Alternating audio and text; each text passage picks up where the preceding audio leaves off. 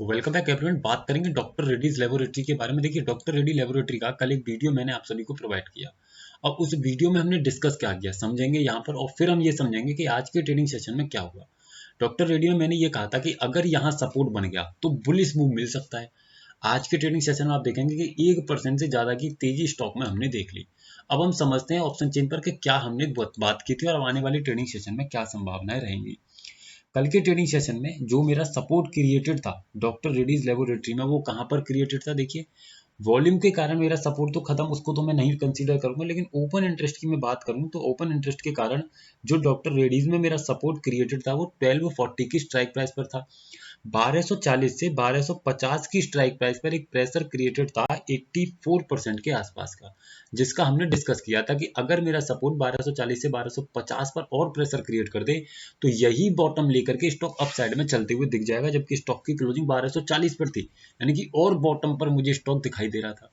अब आज के ट्रेडिंग सेशन में क्या हुआ? देखिए, आज के ट्रेडिंग सेशन में जो मेरा सपोर्ट 1240 पर कल की स्ट्राइक प्राइस में बना हुआ था कल के ट्रेडिंग सेशन में, वो कहां पर चला आया? देखिए, 1250 पर। तो जैसा मैंने बताया वैसा हुआ।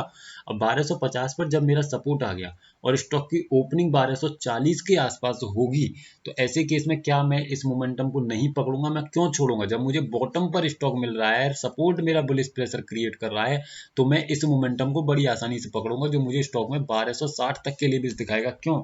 अब देखिए, बात ये आता है कि 1260 तक क्यों? वैसे तो स्टॉक को 1270 तक जाना चाहिए।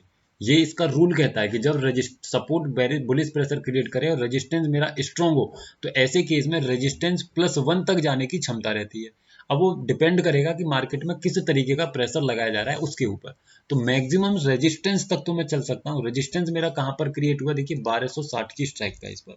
तो मैक्सिमम 1260 के तक तो मैं आ ही सकता हूँ 1240 से, तो ये मुझे 15-20 पॉइंट का तो मूव बड़ी आसानी से मिल जाएगा।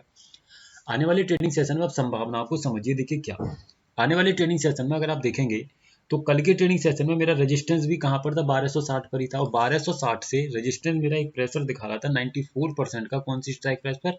1320 की स्ट्राइक प्राइस पर, है ना? 1320 की स्ट्राइक प्राइस पर आज के ट्रेडिंग सेशन में ये जो प्रेशर मेरा था, ये 94 वाला, ये बढ़ करके हुआ 98, यानी कि 98% प्रेशर मुझे यहाँ पर क्रिएट, मतलब रेजिस्टेंस जो है मेरा वो 1260 से और ऊपर की तरफ जाने का प्रयास कर रहा है ओआई के कारण।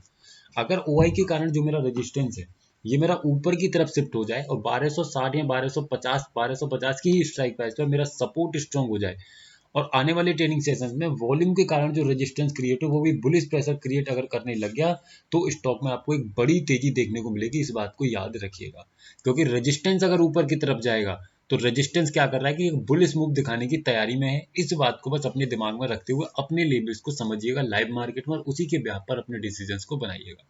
वीडियो सिर्फ एजुकेशनल पर्पज है। अगर किसी स्टॉक के बारे में क्वेरी है तो इस नंबर पे व्हाट्सएप करके पूछ सकते हैं। साथ ही हमारे व्हाट्सएप चैनल पर ज्वाइन होना चाहते हैं तो हो सकते हैं, लिंक आपको नीचे डिस्क्रिप्शन में मिल जाएगा। Thank you so much for watching the video.